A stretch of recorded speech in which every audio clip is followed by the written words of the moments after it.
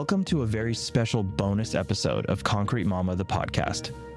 We're taking a break from our regular programming to answer some questions submitted by you, our listeners, as we hit the halfway mark of our inaugural season. Anthony, Red, Demar, and myself sat down with Rachel to discuss our journey so far.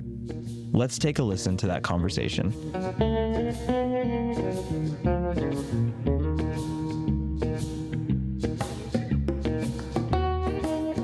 Well, I'm so excited that we're all here having this conversation. It's been a while in the making, and this is the first time that I think we've gotten to talk about this, on the record with all of us together, including me. So thank you for letting me join you today. I want to start out with, for our mid-season point, a question that I'm going to pass over to Vik. So my first question is, how has this journey been so far making this podcast, Vik?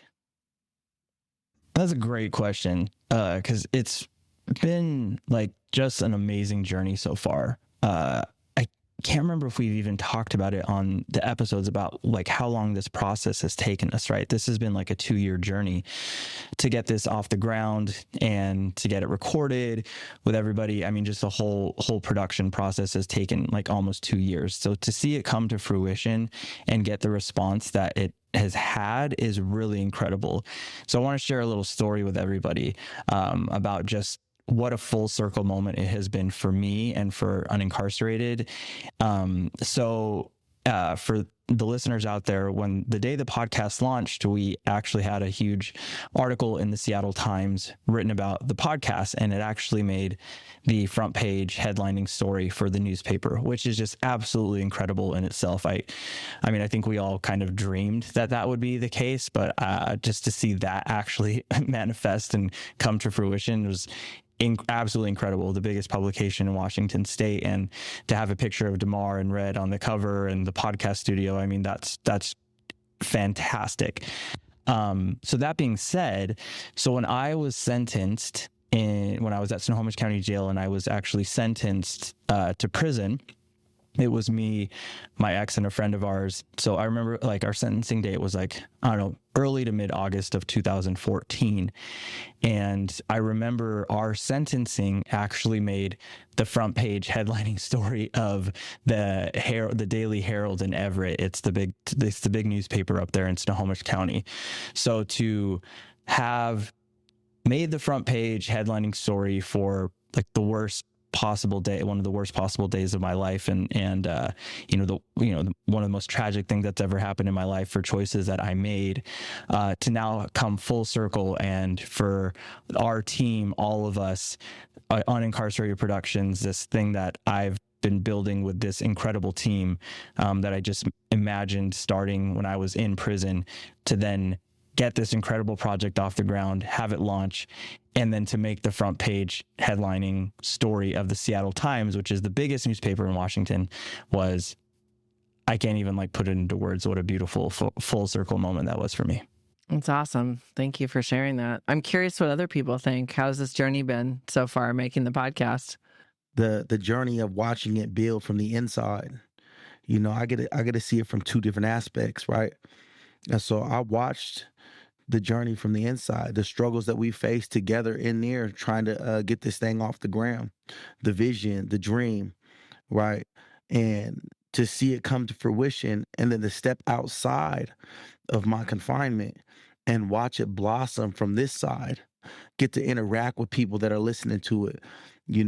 People ask me questions all the time about the guys in there, Demar, Red, Cambo. People are always asking, who's Vik? Who's Rachel? Who are all these people, right?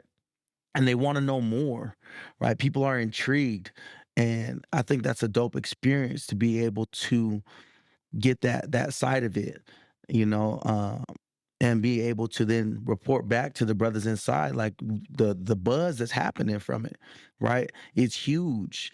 I remember driving around Walla Walla trying to find a Seattle Times paper and not being able to find one, just so I could see my guys on the front page. So this has been such an amazing experience just to watch, from both sides, how this has become what it is. I too couldn't find any Seattle Times, and I found out it was because Vic was in the same neighborhood and he bought them all up. Most definitely.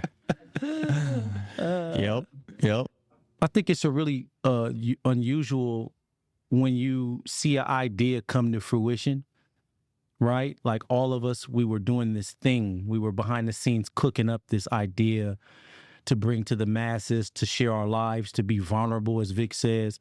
And the courage it takes to do that and share that art, to share yourself with the world, has been an unusual experience. And also for us to be able to lift other people based on our circumstances and what we've created. You know, I think that's really profound. It's one of the things that I'm constantly watching still and listening to the unfoldment of, like, when I call home and people talk about you guys like they know them, or when I walk up to people in the yard, or people are saying you guys' names, and that's cool, you know, when people say your names and when they know you. So just watching it all unfold is really cool. People are just like, yeah, like when Vic said this, or like when the yellow brick road and this, and like people are quoting those things. They really feel connected to it, and it lets me know that they're with us. They're with us on that journey. So that's really cool, man. Yeah, for me, sometimes I wake up in the morning and I can't believe it's happening still.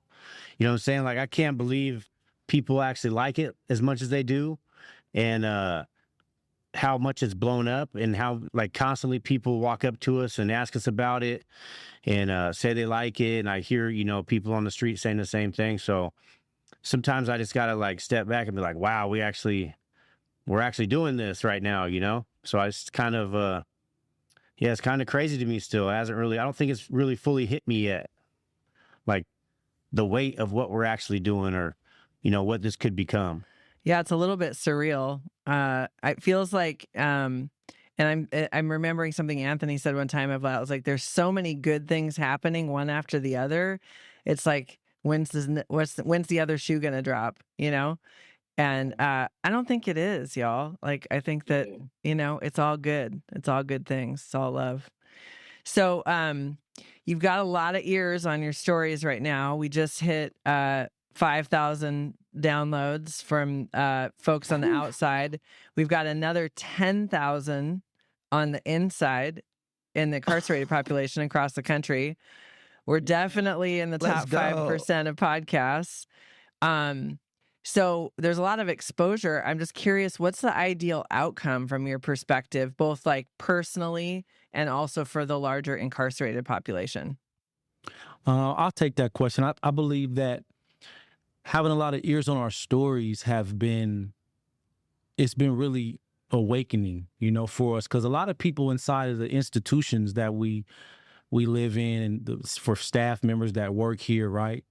It's often that we don't get a chance to share our stories. Everybody has a story. Everybody has been through something, right? And so I think that it's really empowering that we get to lead the charge on that and give people a voice. People have really awakened. They feel like someone represents them. And I feel like that's the really fortunate side of being able to do it, and to give people hope. Like, people have hope. There are people saying thank you.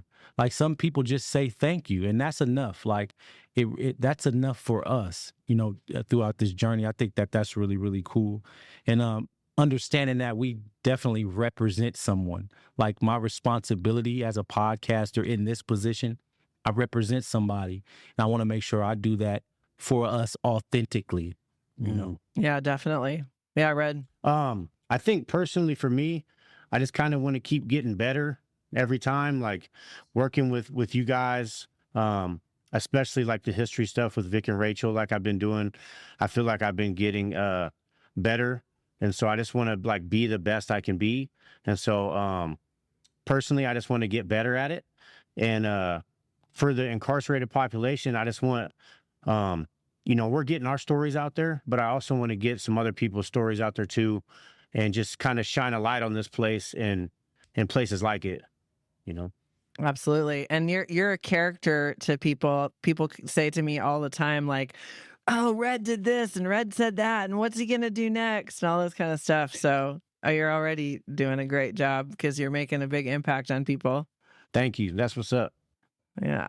Anthony. Yeah, I think I'm gonna flip it though. I'm gonna get to the personally second. But for the larger population, to kind of piggyback off what Demar said, there's a lot of preconceived notions about people inside. They just assume that people just go out and do bad things, or they just go out and do this. But there is a backstory, right? There's things that motivated a lot of life choices and decisions that led people to where they are to sit and be incarcerated. And I think what that's going to do for the larger incarcerated population, instead of someone just coming in and saying, looking at someone as a murderer or a robber or whatever, they're going to say, what led them there? How did they get to that point of having to commit that crime? Right? It's going to make them ask that other question before just jumping in and already having this preconceived notion about somebody. And I think that's going to take a weight off a lot of the incarcerated, because we spend a lot of our time when we was incarcerated trying to prove that we are more than what got us here. Right. And so being able to share our stories and how our stories are so similar to so many other people's stories, I think it's going to broaden that view and change some dynamics for people inside, and personally, what this has done for me is I go back and I listen to my own story and get reminded about the things that I've overcome. Right. And so when I'm having a hard time or going through it, I go back and I listen. Right. I listen to the brothers' stories. I listen to my story, and it reminds me of what it is that I've overcame. And so when I'm out here struggling, or if it's a hard day, I'll go and listen and I'll be like, okay, it's like notes to myself. It's like opening my journal and reminding myself of where I've been, so I know where I'm going. Absolutely. You're reminding me of something that I've been told. David Hepard, who spent 26 years in prison and has been the executive director of a couple of organizations on the outside, he said change happens in relationship. And that includes in relationship to yourself. So listening to your own story, and also like listening to it with all the sound design and all of the sound effects and the edited version of it, like it brings it to life in a different way. So that's what you made me think of. But Vic, what are your thoughts on this?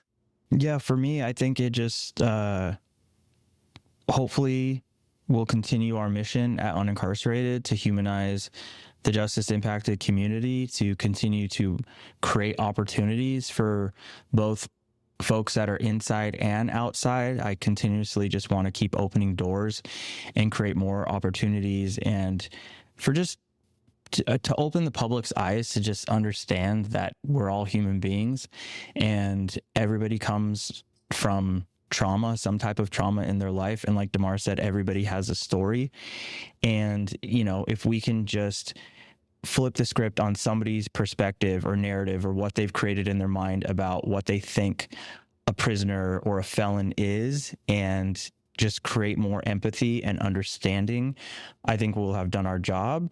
I also really want this to create more opportunities for early release in Washington State, and across the country as well. But selfishly, I really would love for this to affect the sentences of our hosts. I would really love for it to create an early release for Demar and for Red, and get them granted clemency. That would be the most beautiful outcome, I think, for me. And then also I want us to win a Pulitzer. We're manifesting we here got today, so I love that you said all that, because I feel that way too, especially about Demar and Red. And I'm gonna move on to the next question. So I'm reading here because it's a long one. So someone said, I love the story of Herbert Nichols, especially how the older inmates took him under their wing. That story and the podcast in general painted a strong picture of inmates supporting each other like family. Is this the exception or the rule in your experience? Is the camaraderie there if you want it, or is it hard to find? Red, I'm gonna start with you. I actually see this every day. And I have for the past 12 years, that especially when younger guys come in, there's always like 3 or 4 or even 10 people that look out for that guy some way or another. You know what I'm saying? If they want to get some kind of, if they want to learn new stuff and learn how to get through their day easier, there's always someone around to help them. You know what I mean? So I mean, it's something that you see in here all the time. And a lot of people in here don't have families anymore. They don't have family. So the guys in here are their family, you know? And so it's like, it's consistent in here. That was in the 30s and now it's still going on in 2025. So yeah, it's definitely a thing. I kind of want to touch on that too. I just thought about it as not necessarily talking about Herbert, but situations like his where there were men who were deemed possibly maybe unworthy because of their crimes or immature, but they had the eyes to see that someone else needed help and helps another individual get where they needed to be. And so like listening to the Herbert Nichols story right now, recently, I just moved in this young man, he's 22 years old, and having that camaraderie, looking for people that you can actually support and give that confidence to so they can get through this time. There's a lot of men in the system, period, that look to let somebody else fly on their wings so they can get where they need to be and support them and educating themselves, making the right decisions. A lot of that exists inside of you. Can you say what you mean by moved in? So I moved in, I moved a younger man into my cell. So you have the opportunity to do that if you find somebody that you could be compatible with. And sometimes you have men around here who are just looking for somebody who they can actually help, that might need a leg up or help navigating the system. And this young man, it's his first time being locked up. He's at Walla Walla, younger man, very smart, very intelligent. But I moved him in just to support him because I wanted to ensure that he didn't fall through the cracks. A lot of the times you can fall within the cracks of doing time. And sometimes younger people can be misled in these environments. And so like Herbert's story, instead of him falling through the cracks and getting to a place like this and actually making more mistakes, he was embraced and supported and ultimately ended up becoming a really great citizen out there in the world. And so there's a lot of us that do that. That's amazing. You're a little bit of a older brother or father figure to him, I'm sure. Yeah, for sure. I would just like to say that I think that is one of the biggest misconceptions I think people have about those of us that are doing time. And that was something that we tried to address in our very first episode, is the relationships we form while doing time, because a lot of us form really strong bonds of friendship and brotherhood and create meaningful, lasting relationships. I'll just keep saying it. Like I couldn't have gotten through the 5 years I did without the help of my friends and the guidance and the support, or just having somebody to lean on when you're having a tough day. And it's hard to find those where you can actually just be real and break down if you need to break down, or just, curse the day because you're just one more day in prison. It's just the same stuff over and over again, right? So you really do form really tight bonds in there. I think some of my bonds in there are stronger than some of my friendships out here. So, because it just, you don't have the distractions of the free world and everyday life. So you just sit there and you just connect on deep levels through deep conversations all the time, because you have all the time in the world to just reflect on life. So yeah, I mean, it happens all the time. It's just how you choose to do your time. Anthony? Yeah, this is a big one for me too, because, camaraderie is an important thing, right? Especially inside. And, we have this thing called the chain bus, where people arrive from other prisons. They arrive from counties. They arrive from all these different places. And when they step off that chain bus, man, they're seeking, where am I going to go? How am I going to fit in? And it's important on who snatches those people up. What I mean by snatch those people up is who's going to be the person influencing them on how to do their time. Right. And so sometimes, you get influenced in one or two directions, to make the most of your time, see what you can do while you're there to better yourself or increase yourself, or to fall into the lifestyle, and just find yourself comfortable in your setting and just do all the things a prisoner would do. Right. And so camaraderie got us where we are right now. right? We're on a podcast with a group of individuals, you know what I'm saying, that we all found a camaraderie with each other. We all found a brotherhood with each other. We support each other. With me even being out here, I support them guys 100% in there, right? And when I was there, they supported me and they support me out here. You know, and so that camaraderie is so important. So yes, that's not an exception to the rule. It is the rule when you get to find people inside that you can find that bond with. You know, Vic said meaningful relationships, lasting and meaningful relationships. You know, that's what you can form. You know, you create your family. You know, a lot of people are born into families, but in there you get to create your family. You know, whether that's you first time. I remember this one guy. You know, I gave him a bar of soap when he first came off the chain. And he used to remind me about that bar of soap every time we ran into each other again. He's like, bro, you know, you were the first guy to give me a bar of soap when I got off the chain bus. You know, that's powerful. People remember those things. That's how you show and pay it forward. It's just by being the person for that person, you know what I'm saying, to motivate them to want to do something better. Absolutely. Anthony, I'm going to keep going with you. So if you could compare the making of this podcast experience to something else, how would you describe it to help others sort of understand what it's been like? You know, this is a really great question, and I appreciate whoever asked this question, right? Because if I can compare this podcast experience to anything, it'd be regaining my freedom, right? Because when you're inside, you're voiceless. Your opinions don't matter 99.9% of the time. What you say is unheard, even if it makes sense, right? And so by being able to have a voice for people to hear your story, to be able to speak and create a dynamic where people can feel what it is that you're going through, you know, that's freedom to me. That's an opportunity to be free from the everyday silence that you have to experience. You know, when I stepped out of prison, I felt like I was able to be seen. You know, my brother Demar wrote this poem about being seen, right? This is an opportunity to be free and to be seen through this podcast. And so if I could relate it to anything, man, it's freedom. You know, the freedom to express yourself the way you see fit, right? And be able to tell your story the way you want to tell it, not what some paper says about you. Anybody want to bounce off of that?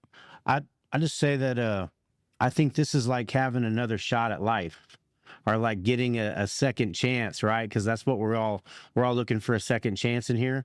But this is like our second chance to like do something with our life. You know what I mean? It's like our first opportunity at a second chance to really do something important, you know? And so that's kind of how I feel about it. It's beautiful. Other analogies, thoughts, ideas about, like, for the people outside, like, you know, if they're living their life, what would be an experience that they would be able to relate to of, you know, making this podcast? That promotion. Got a promotion? You know? Yeah. When you work hard to get that promotion, man, and you finally make it and you see your hard work paid off, and you're like, hey, man, I got a couple more commas in my check. You know, that promotion, man. You know what I'm saying? You work hard for things out here. You know, when people get that level of achievement, whatever it may be, you know, going from the back of the house to the front of the house, you know, that's that for us. Yep. You know, I think about it like, so I hold space for people and facilitate learning sessions and conversations with people about really deep stuff out here. And what I see is when people start to open up, there's a transformation that happens in them where they're able to see others better and vice versa. And so I see that happening in a different way with this, where each of you have seen yourselves differently. You've gotten to know not just yourselves and each other, but like all the other people that we've interviewed, so many of whom we haven't even been able to feature on the podcast yet. We're sitting on like 200 recordings, y'all. Probably 250 at this point. Yeah, we got archives, man. Yeah, we got a vast archive. So if you haven't been featured on the podcast yet, there's, you know, plenty of time. But yeah, I see it as like, you know, anytime that you get to have a deep conversation with people and really like expose who you really are and get seen for that, like this is doing that, and then also it's doing it at scale, for people all over the country and beyond, right? We've got listeners in the UK and Germany and I don't know where all. So if you're listening to this and you haven't reached out yet, you got to write us. We got an email address and a physical address. We'd love to hear from you. Absolutely. So I'm going to move us forward to the next question. So are other prisoners able to listen to this podcast in Washington or elsewhere? And I already just kind of stole your thunder a little bit on that one. But is the word getting out? Are you all local or national celebrities now? Is that a good or a bad thing? Who wants to kick us off? I'll jump in on that. All right. Yes. So other prisoners are able to listen to this podcast, not only just in Washington state, but all across the United States as well, which is really exciting. We have an incredible partner with the Adovo app. So anywhere the Adovo app is available on prisoner tablets, which is in 40, what is it, Rachel? 48, 47 like 46 states? or 48 states. It's about 1 million people of the 2.2 million people in this country that are incarcerated have it that way. Yeah. So we're reaching about half the prison population of the United States, which is amazing. And we just uploaded the first 3 episodes and the prologue a few weeks ago, and we're already at 10,000 listens or streams, whatever you want to call it, with the incarcerated population in the United States, which is amazing. We're super, super grateful for anybody that's listening to us on Adovo. Thank you so much. This is made with you in mind. We love you, and just thank you so much. And I don't know how to answer the local or national celebrity question. I think yes, we are. No. I think everybody's star is just going to keep rising. I was very lucky to do an interview about the podcast on KUOW, which is the largest NPR station in Washington State, which was amazing. We all made the cover of the Seattle Times. We're going to have some other articles written about us, and hopefully more and more after that. So I think everybody's star is rising, which is really a beautiful thing, and which is what I envisioned for all of my guys here, for Anthony, Red, and Demar, and Cambo. So we're just super, super grateful, and I don't take any of this for granted. Most definitely. I definitely, the word's getting out. When we make phone calls, our families are pushing it. There's a pride also here in the facility where people that work here, our team behind the scenes, Josh and Chris McGill, constantly get feedback from the community and people that are listening on the inside. And then for the people that are on the inside as well, that are getting the kiosk messages, telling their families about it, they're calling home, listening to it together. That's extremely powerful. So the word is getting out. And so for all the people across the nation that are, have an opportunity to see this on Adovo and get connected, keep telling your friends and family about it, because we're representing you. We're doing our best to be responsible with that. And we also want you to stay connected to growing. Anything is possible. The creativity of growth and team membership, working together, is what really created this possibility. So don't dare to dream. I dare you to dream. This all started with just a vision and a dream. So if you're on the tier, you're about to get out soon, get with some people you care about, create something, continue to utilize your creativity so that you guys can continue to grow, man, because anything is possible. That's what this is really about. It's creating possibilities. Beautiful. For sure. Other thoughts on that, just in terms of, is it a good or bad thing that y'all are national celebrities? I would say that it's a good thing, I'm going to tell you why it's a good thing, because it's important that people get to hear, authenticity. I've been out 9 months, and not to take a shot at the community, you know what I'm saying? But I've run into a lot of people that change up on me super fast out here. You know what I'm saying? And the consistency of being able to tell your story and what you've been through, that's important. You know what I mean? And a lot of the times I think this is going to be useful for people out in the community to be like, you know what? Maybe I did do that person wrong, or maybe I did switch up on this person. Maybe I do need to go back and do something different, or the people that are being consistent, they're being let known like, I am doing the right thing, I am staying on the straightforward path, and it's important because like we're really giving ourselves to this. Everything that we talk about is real. That's why people are resonating with it.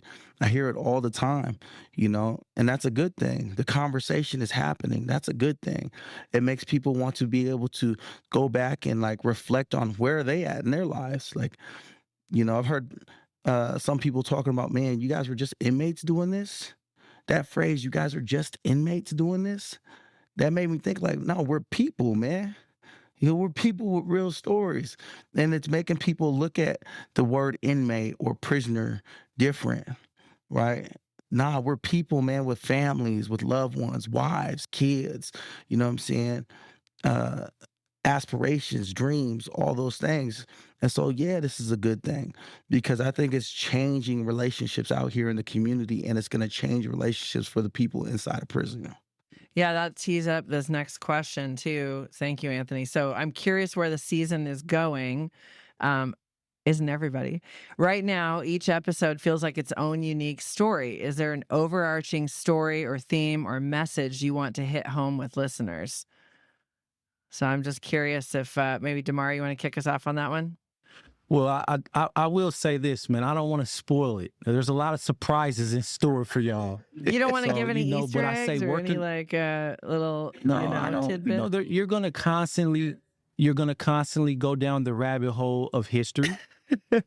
You'll constantly be introduced to the lifestyles of people that have transcended this space. That's my word. That's my life word, like Vik. And also Anthony, you guys will be able to go on a journey with them.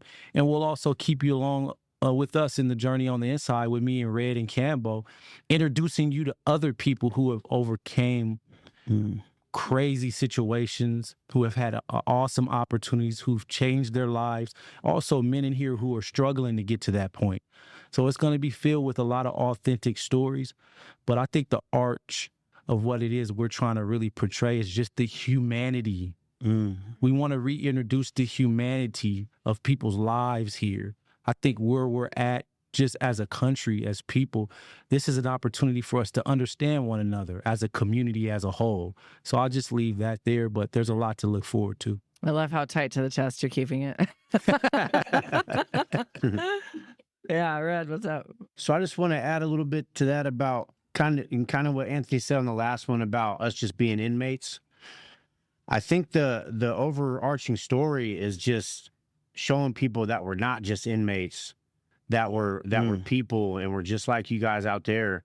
It's just we made a mistake, whether it was me, Vik, Anthony, D, Cambo. Like, yeah, we made a mistake, but that's not who we are as people. Like, we're good people. We just, we had that one bad day or a couple bad days, whatever it was. So, I think that's the point, is just to show that's, there's really good people in here. And it's not just this penitentiary, it's prisons all over the country. You know what I'm saying? That there's a lot of people in there that are great people. You just need to know more about them. Absolutely. And just to add to that too, I just want to say something real quickly to represent the women. The women's prison doesn't get enough exposure. Representing them, their stories, the struggle. Of course, I can't speak for them when it comes to being a mother inside of a facility waiting to give birth to your child. None of those things. I'm just saying having visibility to be able to convey what it's like to go through this struggle, overcome it, and still do awesome things and prepare yourself to re-enter society. So. Yeah, I always say that, I've been doing work in prisons consistently for 13 years, but the seeds were planted very early growing up next to, the penitentiary that you all are in right now. And some of the best humans I've ever met, yourselves included, are incarcerated folks, justice impacted people, people that I've had as students and who I've been a student of, frankly, because every time I teach a class or have any sort of opportunity to connect with folks, it's always like the richest conversations and the deepest, most authentic, like real shit. And so, yeah, And that's also an Easter egg for upcoming episodes. There's more coming on that topic. Anthony, you sound like you're gonna jump in. Yeah, so the first thing that I'm curious where the season is going, man, stay tuned. You know, your curiosity is gonna be, you know what I'm saying, more than fulfilled. Stay tuned, man. We got some heat for you.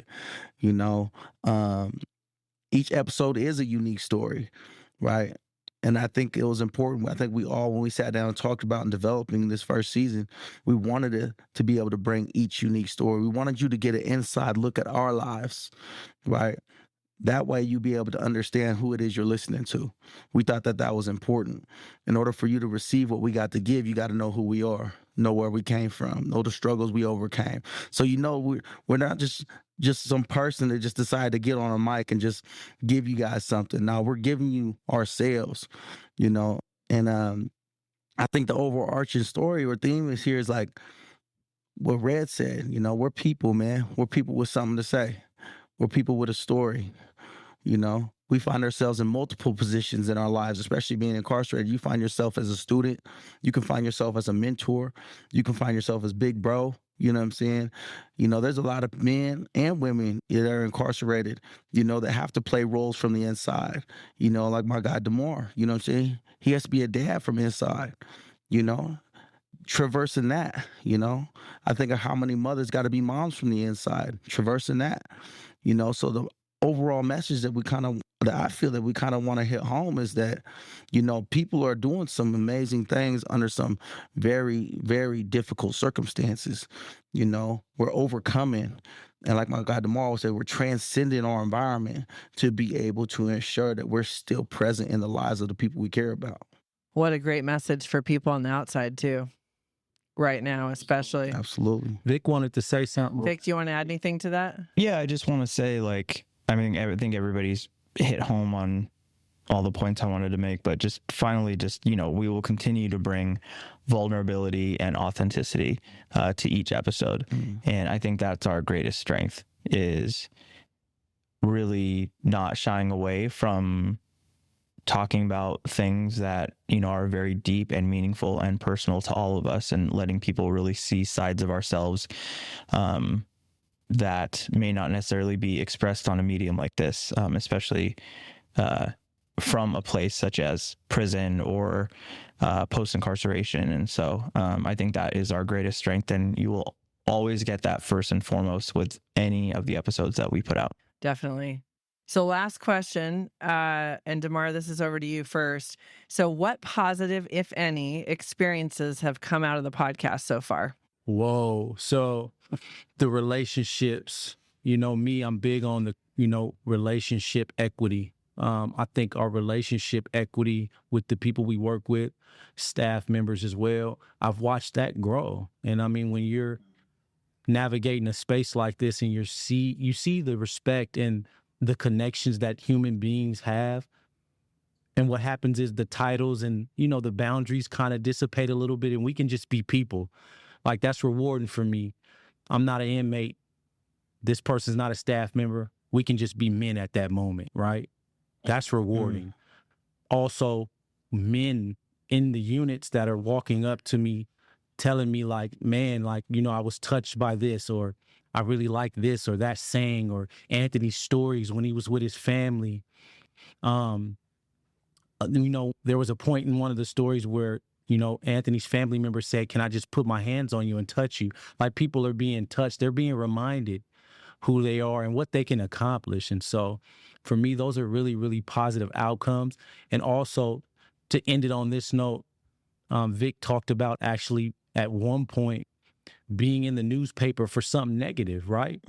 That's extremely powerful, because now we're changing the headlines of our lives. Let's go. That's something that I've been experiencing lately, and it makes me feel really good.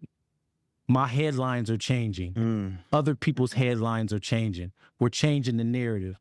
I like that. I really like It that. reminds me of the full circle of your story, Demar, in the Life and Times of Demar Nelson episode, where you're talking about, I'm not carrying a football anymore. I'm carrying a gun. Like, there's that evolution. And now there's this evolution, which I've seen and known from the minute I met you, that the evolution had already happened of all the stuff that you're doing now. and, your SALT podcast and the stuff that you've been doing, like, Since I've Been Down, the documentary you were featured in. And, there's been so many things that have led up to this that you've already done. And so I just want to shout that out and shine a spotlight on that. Oh, for sure. Thank you. We went from carrying a gun to carrying a microphone.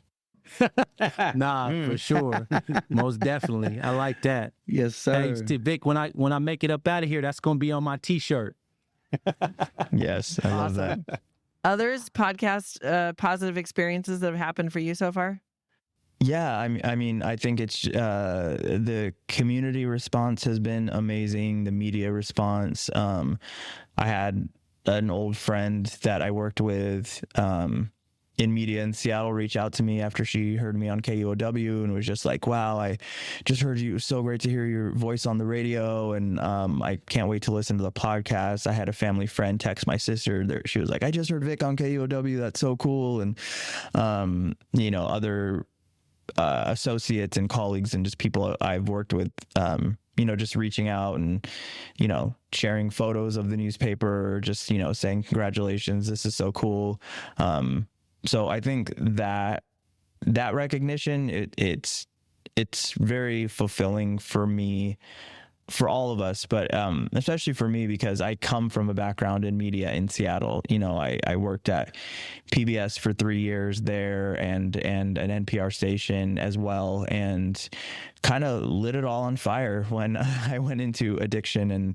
And I think it was definitely a question mark on whether I was going to survive the life that I started leading, from all of my friends at the TV station and people I had met, in my career prior to being in prison. So to come out of it and then to get positive recognition for the work that we're doing with Unincarcerated with this team, which I'm just the most proud of. This project is probably the thing I'm the most proud of that I've ever done.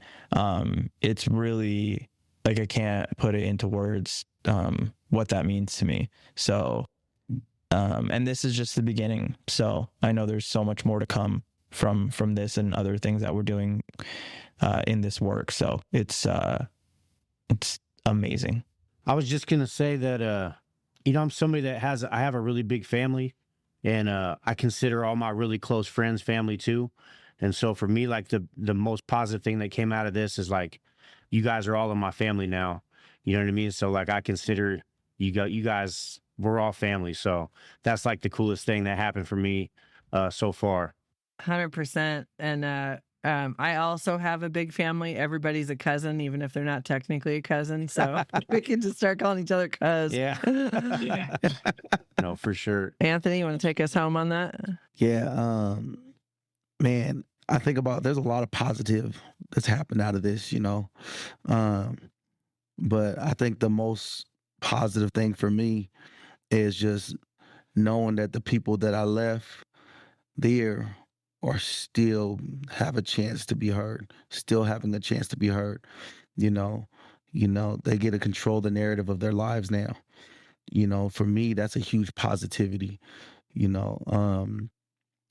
It's like a dream come true.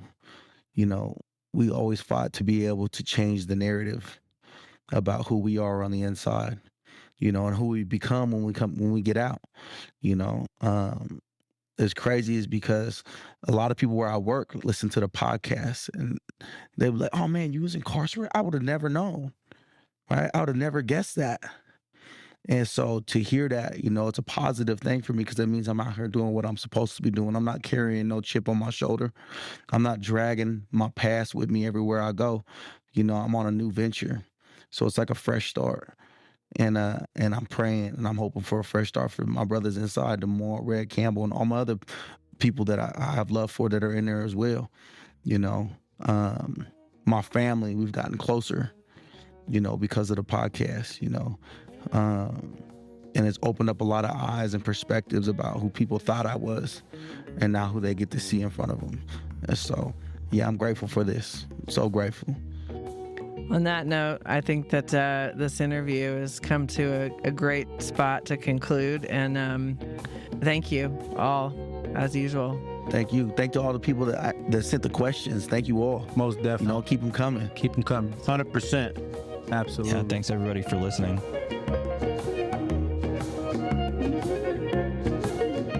can honestly say that the entire Concrete Mama team is so unbelievably grateful for the response to the first half of the season. And we just want to say a big heartfelt thank you to all of our listeners. Please keep your questions coming and we'll answer them on future episodes. And next week, we'll get back to our regular scheduled programming for this season with episode 5. Don't miss it.